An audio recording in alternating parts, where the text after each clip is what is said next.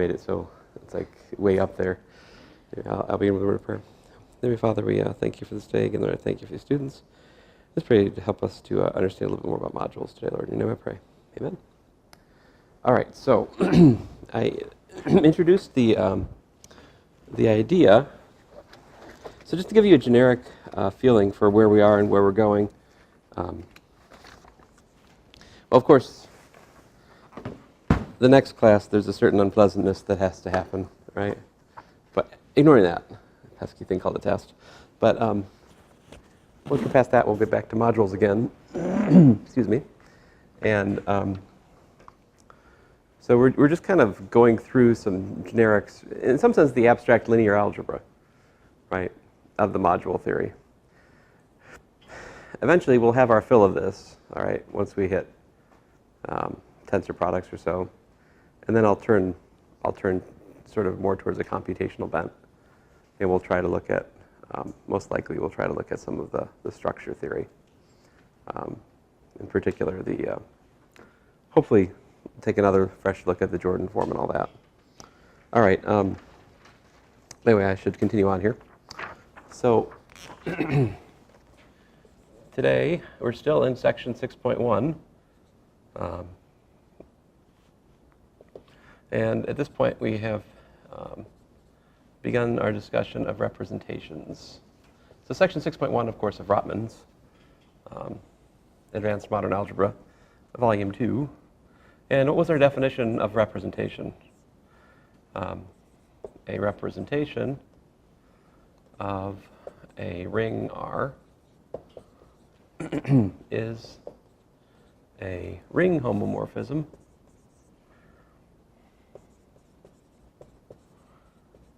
all right, ring homomorphism sigma from ring into endomorphisms of M. So by the way, M is a abelian group throughout this lecture, right? So it's a ring homomorphism from the ring into endomorphisms of some abelian group M, where, oh yeah, okay. And let me just, so then the proposition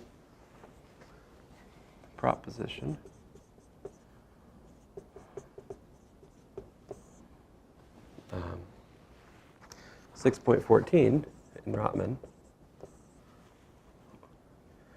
says that every representation sigma from R to endomorphisms of an abelian group corresponds to a left R module. Right. In a natural way. All right, so let's try to make that a little bit more precise. And so, really I'm saying that you can go back and forth from the structure of a representation to a left R module. And the correspondence is this. If I'm given, so I'll do this way. All right, so given a representation, right,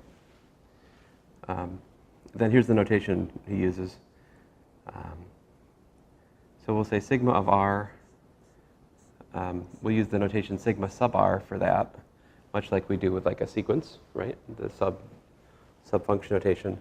That would be what? This is going to be an element of the endomorphisms of M.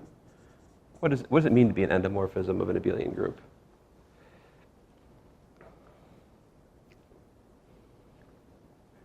It's just, yeah, we just get additivity, right? So in other words, it's an additive map from M to M, right? So define. We want to define, let's say, R times M. What's that going to be equal to?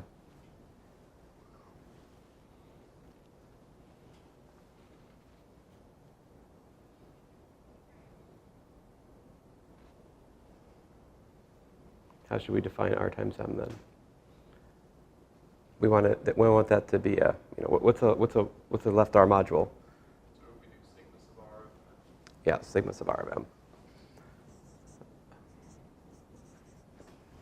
So I will argue that in fact defines a left R module structure, assuming, of course, that sigma is a ring homomorphism.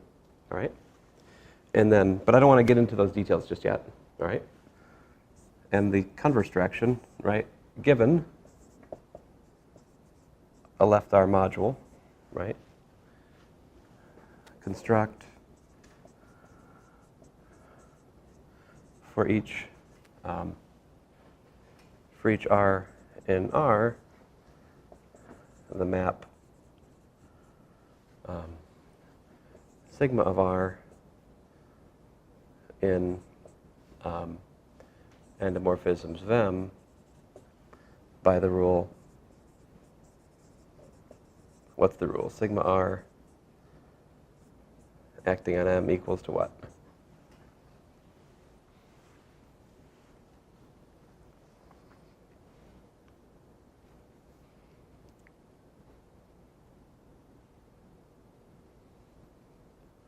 RM, right? So here I'm using, I'll use juxtaposition for the, you know what, I'm going to use juxtaposition for both. I don't really want to, you understand the distinction between this and that is that this one we're given the homomorphism, whereas this one we're given the left R module, but the connection between the two is the same. Yeah.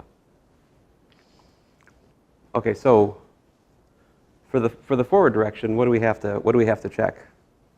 We have to check the axioms, right? The three axioms of the module, which are what?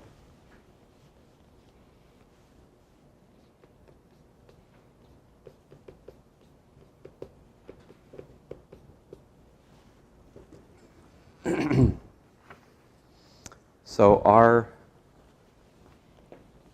times M plus M prime, R plus R prime times M, and finally, of course, yeah. Well, there's four axioms. Sorry. It's like, that's not enough axioms, because I could think of something else. Well, that's because, yeah. So this times M, right?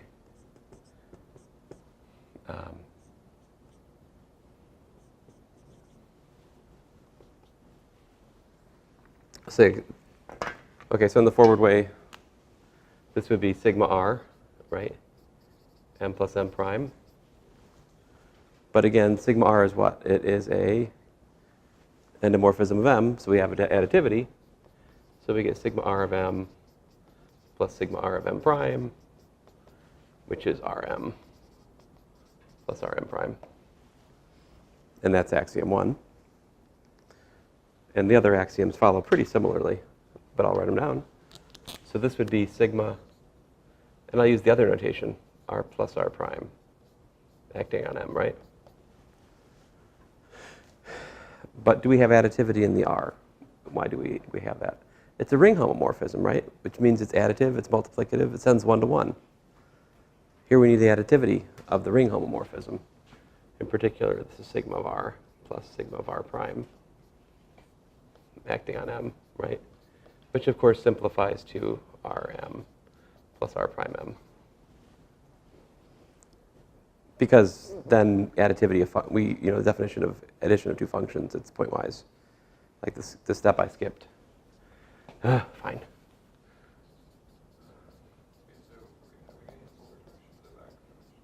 Forward.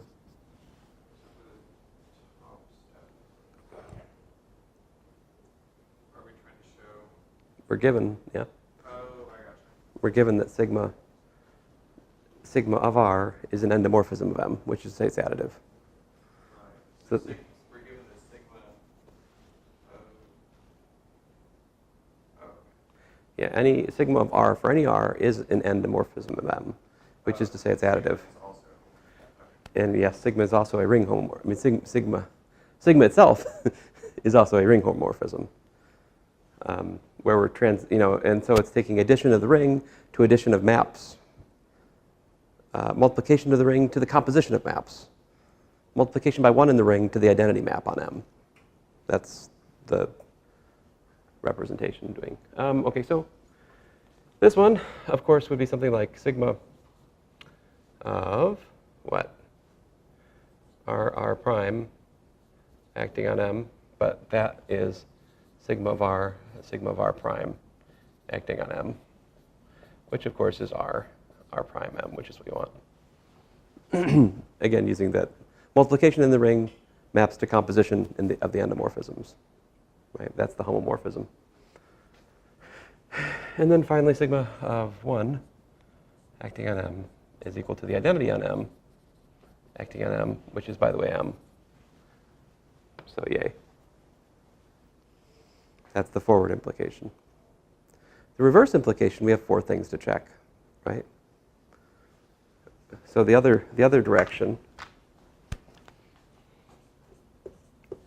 we need to check what? First of all, we need to check that sigma R is actually an element of the endomorphism of M, right? Where sigma of R of M is equal to Rm. That's the definition.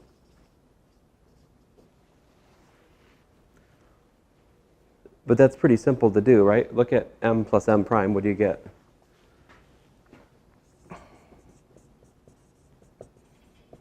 By definition, that's R times M plus M prime, which is Rm plus Rm prime, which, by the way, is sigma R of M plus sigma R of M prime.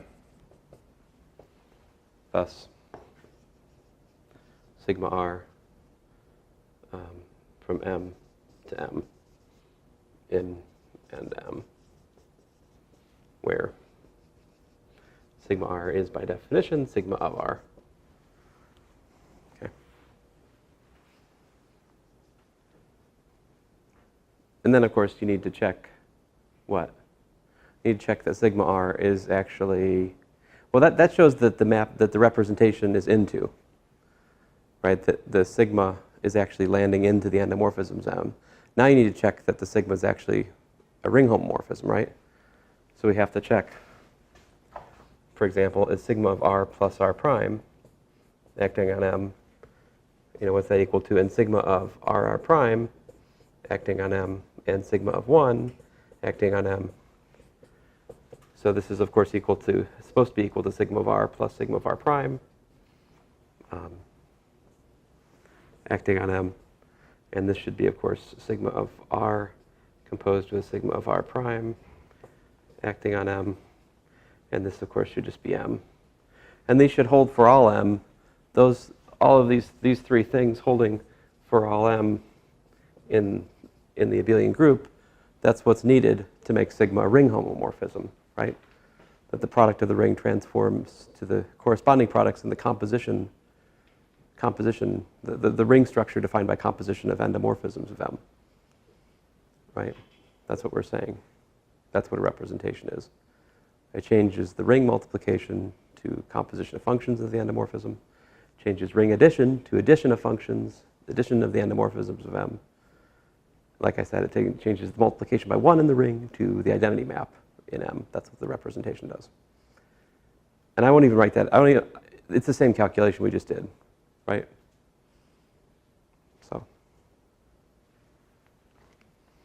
So apparently, we can either think about representation, right? We can either think about representations of a ring in terms of endomorphisms of an abelian group, right? Or we can think about that abelian group with a left R module structure. And these ideas are interchangeable. And this is the proof. Now, the next chapter in this saga, so to speak, is to say a little bit more about these representations. Another important term is faithful. A left R module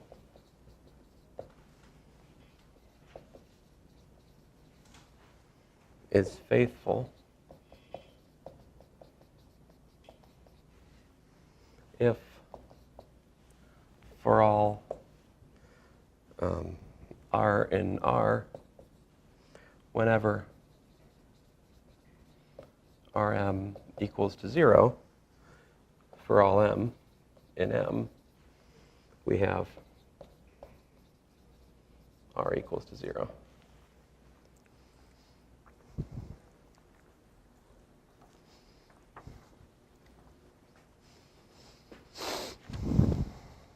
So that's a faithful. What would that say about the corresponding representation, by the way?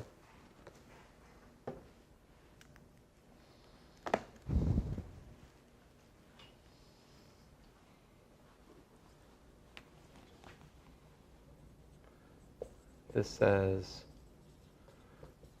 the corresponding sigma, which would be what? Again, from the ring into endomorphisms of M. So what would this would say what? If sigma of R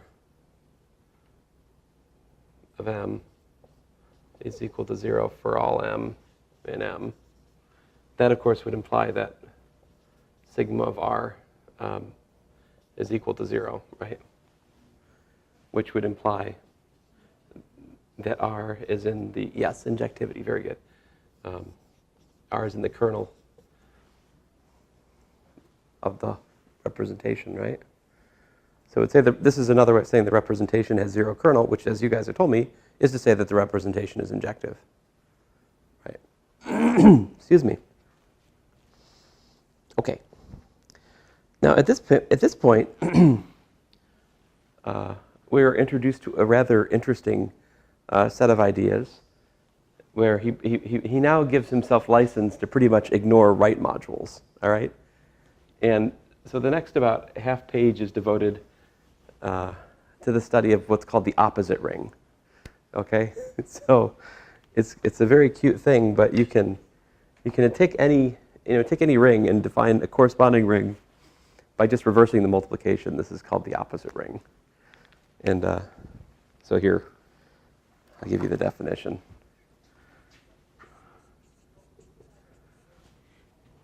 So if we have a ring with multiplication map mu, from say ring cross ring to the ring again, of course, right? Suppose that's the multiplication map for the ring. We define the opposite ring, R op, the opposite ring, is ring with same additive group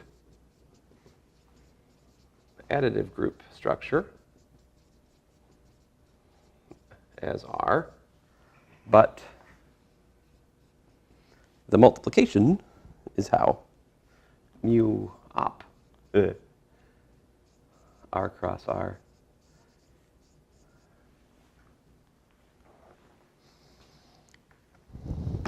Sometimes I read stuff like this and I think, I would expect this to be discussed at math club. I wouldn't expect it to find its way into a textbook. And yet here it is. And it's actually playing a meaningful role, this construction. So how do you define the opposite multiplication here?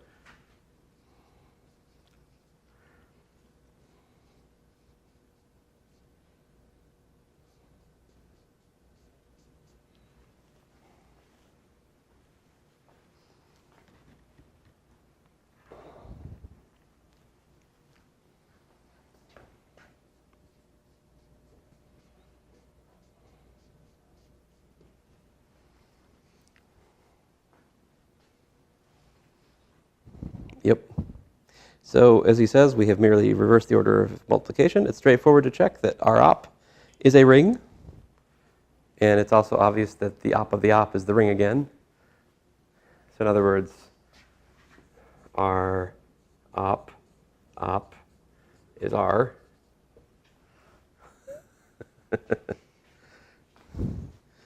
And then proposition 6.15, which I don't think I have the patience to prove for you guys today, but I'll state it, and it's worth reading. 6.15 says that every, excuse me, every right R module M is a left R op module. And every left R module is a right R op module. Every left R module is right R op module.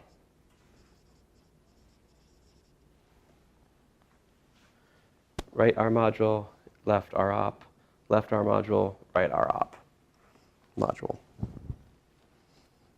Okay.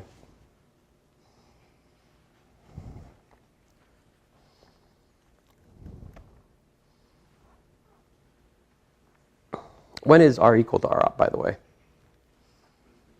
Right, when R is commutative, these are just strictly just equal, right? I don't want to really go through the proof, but maybe it's productive for us to just try to think about how that would work. I mean, how would you actually, let's just think about it for a second. If you have, let's suppose we have, let's start with what we're more familiar with, okay?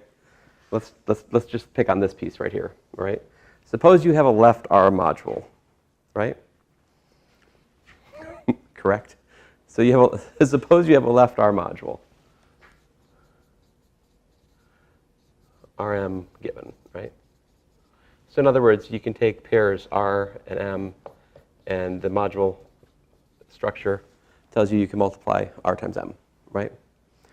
I want to figure out how to build M sub R op. So in other words, we should take M comma R and do something, right? Oh, sorry, we should map. Oh, I'm an idiot. I'm sorry. When he does not reverse the order of the Cartesian product when he defines right R modules, right? If you go back and look at his definition of right R module, it's still a particular mapping on the Cartesian product of R and M.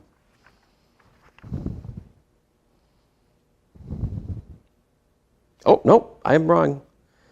If you look on page 396, I posted for you guys.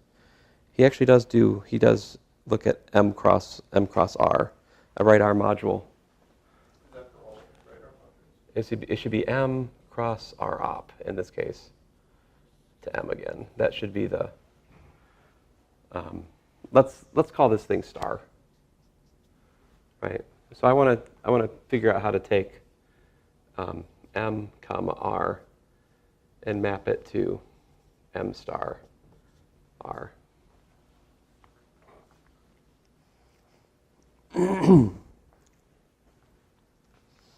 Would you ask me, Sam? I was just asking, like, is that how it's been always so far? We have the order of the Cartesian product for right now. Yeah. I may have failed to. I mean, I think it's depends on how far into the weeds I went with the. Well, I don't think I did the pair notation for my statements about right R modules, so you couldn't tell. Yeah. Okay, so. All right, so how should we define M star R here then?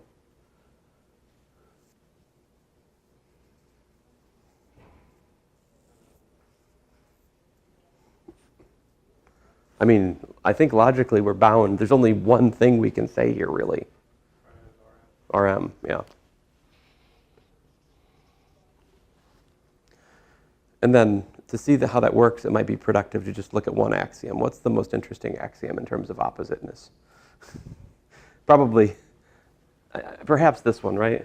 3. I think I'll look at 3. So for the right R module, we're supposed to check M star, right? R prime, right? Although you got to be careful. To be more pedantic, I should say what? I should say M star mu opposite R prime, right? That's still wrong. Oh, no, it's not. Yes. So I got so many different maps going on here, I'm losing track of my... Anyway, so that, by definition, is what? Mu op R prime times M, right? But what is the opposite multiplication of R prime? It's R prime R, right? But then this is a left R module, so this is R prime Rm. And then, of course, this is R prime times what? This is M star R, right? And then this is M star R prime. And that is axiom 3 in the right module world.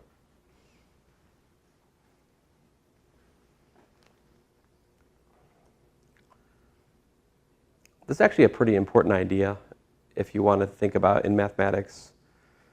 A lot of times we'll just talk about something on the left or on the right. There is often a natural way to change to the opposite sort of handedness for the notation. I mean, we make a choice to work with, for example, we can make a choice to work with column vectors, right, and left scalar multiplication in linear algebra. That's a choice. We could just as well be working with row vectors and perhaps with right scalar multiplications more naturally.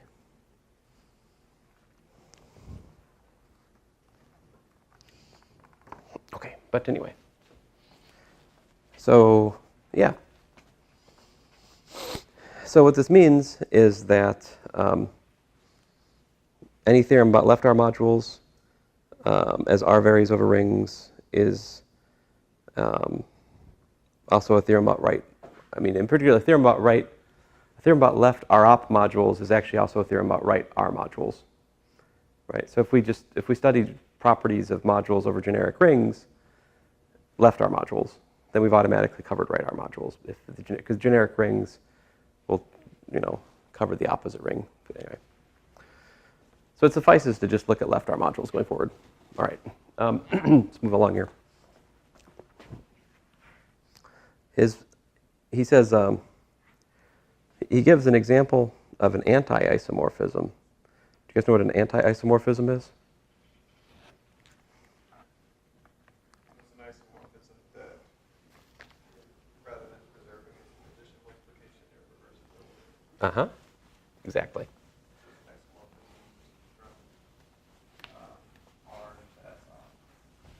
Yeah, let's see here. I mean, I guess when I say isomorphism, there's like so many different structures we've been talking about. Like, which kind of isomorphism am I talking about, right?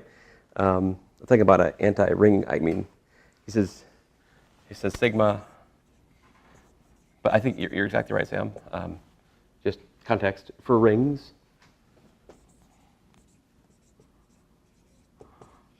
So if we had sigma of xy is equal to sigma of y. Sigma, listen to me, phi of x, phi of y times phi of x. That would be an anti-isomorphism, assuming, of course, that is anti-isomorphism.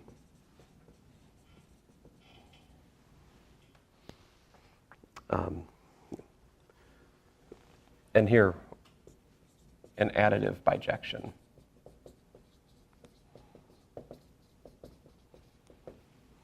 Okay, that's what anti-isomorphism is.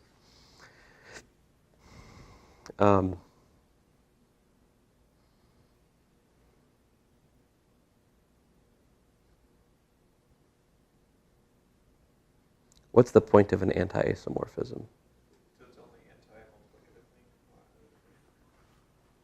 Yeah, let's see here.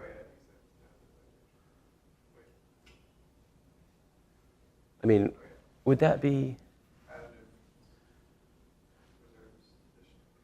How about? Yeah. But my question was, what does this have to do with the R and R op discussion? Like, why all of a sudden he's talking about anti-isomorphisms? Do you guys see it? Yeah, it's isomorphism Ah. So we should go from R op. What if we go from? Oh, it's an isomorphism from R op. So you say from R op to A, an anti-isomorphism is actually an isomorphism. Sort of. because Yeah. it's not like technically R and R operations, but So it corresponds to. okay, so the multiplication in the opposite algebra of, let's say, xy, that would equal to what? Phi of yx, right? And if this is an anti-isomorphism, that's phi of x, phi of y, right?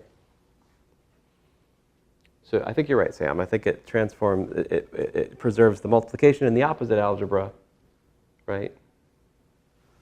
To the other ring. Opposite algebra is going to be opposite ring. I always have algebra on the brain, you know, it's my nature. But algebra has taken on a specific and somewhat technical meaning in here, so I should be careful. Actually, how do we define an algebra in here? Have we worked with algebras in this class? Yeah, I guess we haven't, right? But I mean, we have, but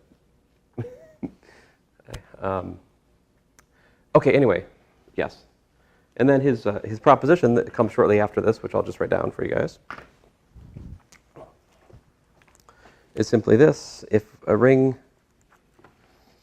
6.16, he says if a ring is regarded as a left R module over itself,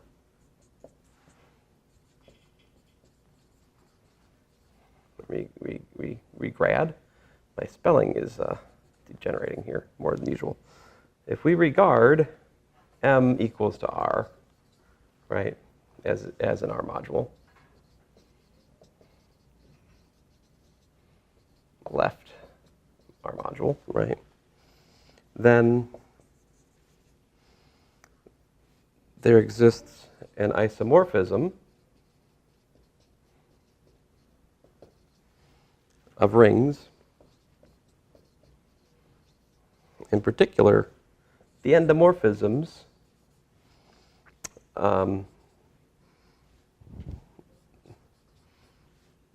over R of R is isomorphic to the opposite algebra. I mean, opposite ring.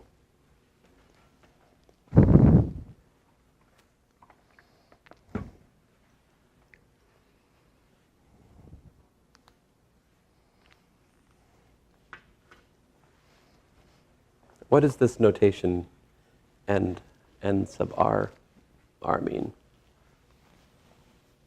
Did we define that already? We talked about, I think it's part of a larger notational package. So we talked about hom r, mn, right? So in the particular case, you have hom r, mm. That's equal to the endomorphisms, R endomorphisms of M. What does that signify? Hmm? What does that mean again? Homomorphisms? Or the R? R module homomorphisms from M to N. So assuming M and N are both left R modules. Oh, gotcha. Although I think he also defined homomorphisms for right R modules, right? I mean, that was not a... it's an ambidextrous construction, yeah. Sorry, I'm an idiot. So my point is that that's what this notation means. And R is actually the R homomorphisms from R to R, thinking of R itself as a left R module. Okay. Getting very, very close to some pirate mathematics. Let's see here. So,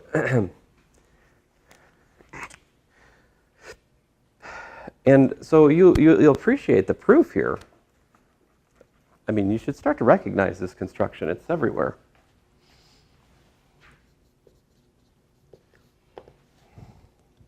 So he says define phi from endomorphisms, R endomorphisms of R, to R by what?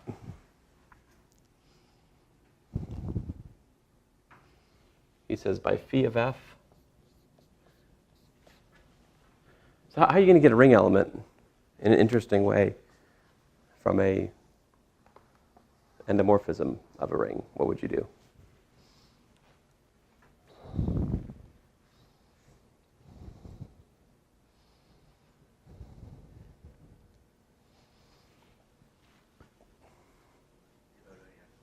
Yep.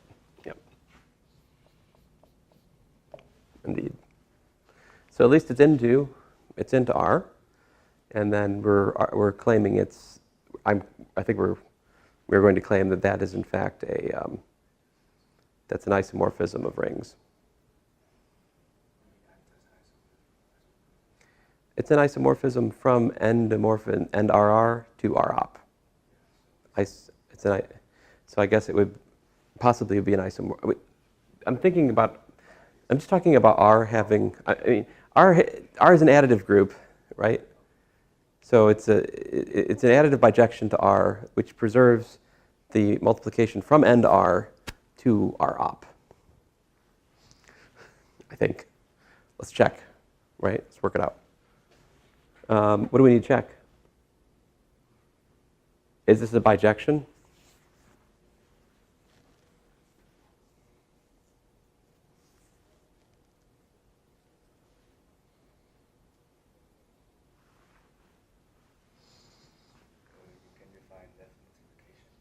He says he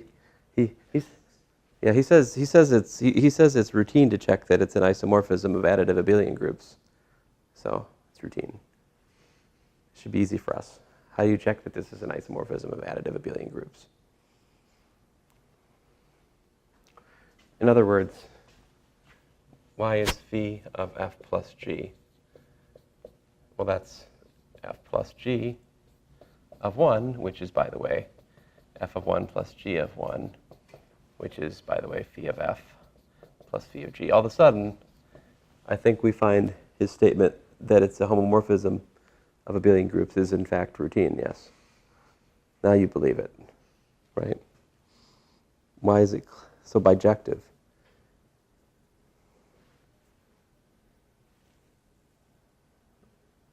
If we,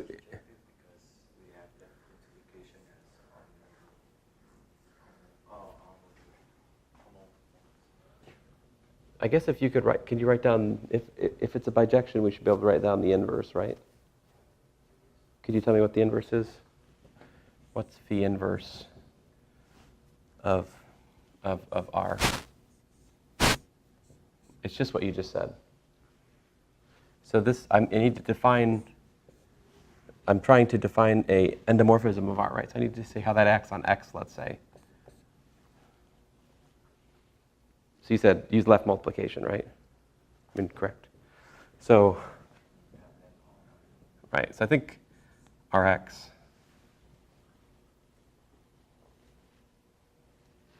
see, because I mean, that's in the ring multiplication, and then, like you said, we can check that in fact defines an endomorphism. So this makes the inverse of R, in fact, an element of NRR. We can check the details of that. Right? It's additive. I mean, what does it take to be in the endomorphisms of R? It means that it's it's more than just additivity, right? It's additivity, and it preserves the product. Right, just to make sure you guys are not, I mean, we do need this, phi inverse of R acting on xy is equal to what?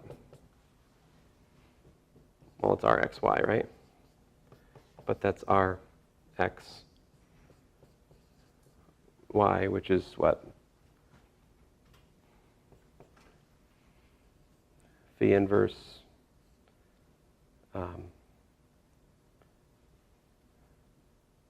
inverse of x. Oh, I can't do math.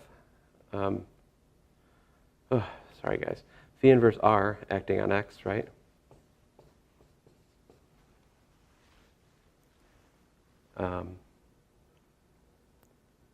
Oh, I'm sorry. I'm just going to bail on this current calc. I'm not.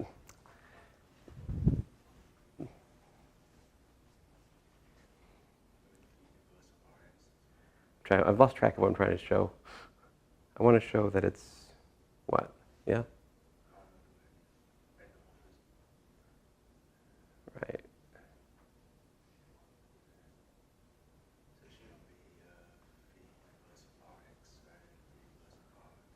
Should I do phi inverse of? No, because I want to. My claim is that the phi inverse goes from here to here. So phi inverse of R should itself be a mapping from R to R. You know.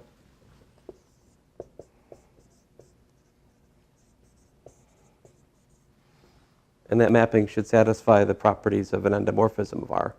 It should be additive. It should send 1 to 1. It should preserve the multiplication of R. So I'm trying to check that it preserves the multiplication of R here. But the multiplication is R, not R. Why? Because we're looking for an anti-isomorphism. Oh, so that's where I need the. Okay, so at this point we've come face. Okay, so now we see why it needs to be R op. So I should be looking at. So you're saying I should be like, well, wait a minute. No. But I'm talking about end RR. I'm not talking about the R op isomorphism. Right. So B should be an anti-isomorphism. I'm not talking about that yet. I mean, it has to first be into the endomorphisms of R. Right. That's all I'm talking about right now. Endomorphisms R have nothing to do with the opposite multiplication. I mean, I should just have.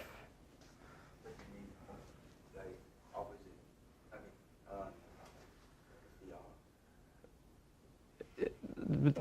But just give me a second here. I'm not sure I'm wrong here. I just got stuck. You know? RXY, which by associativity in the ring multiplication, we have that, right?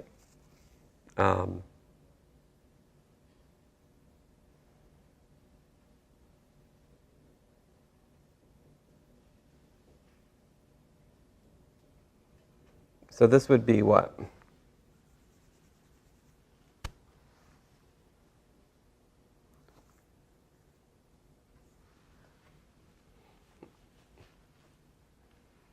Let me write, we're trying to see that this is equal to phi inverse of R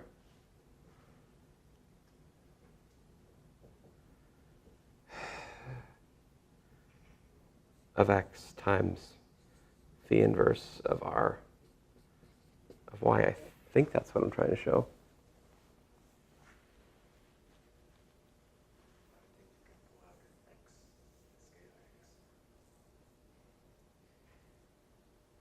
I can pull out, where? I mean, if you consider X as a scalar and Y is an element of an order, then you can pull out a scalar.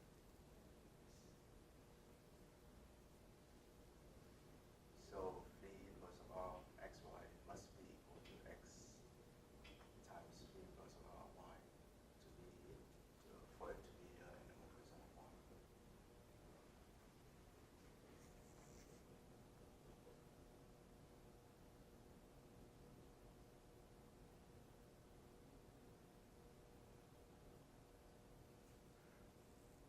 I don't, I can't, well, And you should define phi as endomorphism from endomorphism R to R, endomorphism R to R op, and then define the phi inverse as the right multiplication. so, oh, you think my definition of phi inverse is wrong? I mean, definition. I mean, if you want to prove the isomorphism, you should do. Well, I'm not trying to prove the isomorphism at the moment. I'm trying to establish that there exists, I'm doing the routine thing, which is that this phi, so defined, is an additive bijection. So if it's an additive bijection, right? it needs to be, well, I mean, additive. And I should be able, if it's a bijection, I should be able to write down the inverse.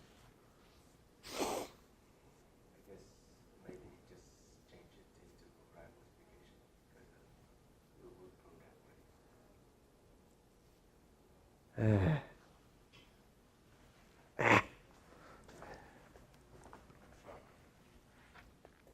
that way.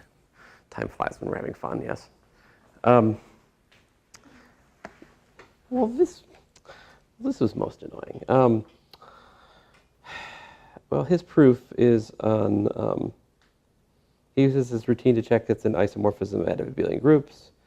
He says now phi of f, so I'm stuck on something stupid here.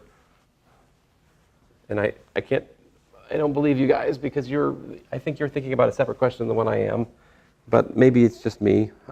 So anyway, let me just set that aside and just write down the rest of what he writes because that'll be worthwhile to end with. Let's see here. So he says phi of f, phi of g is f of 1, g of 1. But on the other hand, phi of fg is equal to f composed with g of 1, which is, of course, f of g of 1. And he says, write r equals to g of 1, then f of g of 1 is equal to f of r, which is equal to f of r times 1, which is equal to r times f of 1, because f is an R map.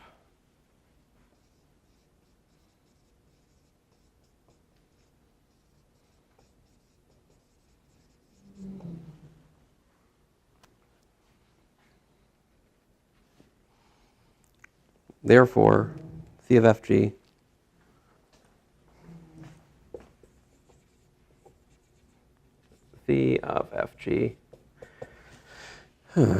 equals phi of f, phi of g. Sorry, I'll get annoyed when I get stuck on something stupid like this. Phi of f equals phi of fg equals phi of g. Oh, sorry. Duh. G f. And he says we've shown that phi from endomorphisms and RR to R is an additive bijection that reverses multiplication. Composing phi with the anti-isomorphism from R to R op gives a ring isomorphism from end R to R op. So, and then he then has his next proposition connects the opposite matrix ring to the matrix of the opposite ring. So like op plays nice with, like, if you look at the matrix formed from opposite ring elements, then that is isomorphic to the opposite ring of the matrix of the ring elements. It's like you can pull op out of the matrix construction, essentially. That's the next proposition. And he has a little calculation before that, though. So next up, he has a little bit more on this op stuff, which I'm going to have the good sense to skip over and let you read. But next up is submodule and the further discussion. Hopefully next time we meet, we'll and once we get past that unpleasantness, we'll be talking about submodules and hopefully the direct sums and the isomorphism theorems and all that good stuff. One of the things he does in this section is he introduces the notion of a short exact sequence and starts building in some ideas of homology and chains of things and how to view isomorphism theorems in terms of the existence of a sequence with certain properties, which is really more mature viewpoint in terms of how do we do, and that's how algebraic topology is all that kind of thinking. So it's really healthy and good that he builds these ideas at a pretty low level here without the distractions of algebraic topology. It's really nice. You get a really clear vision of maybe why we should talk about these things in linear algebra if we were more adventurous here. But anyway, that is, of course, what I wanted to get to today, but sorry, I'll shut up.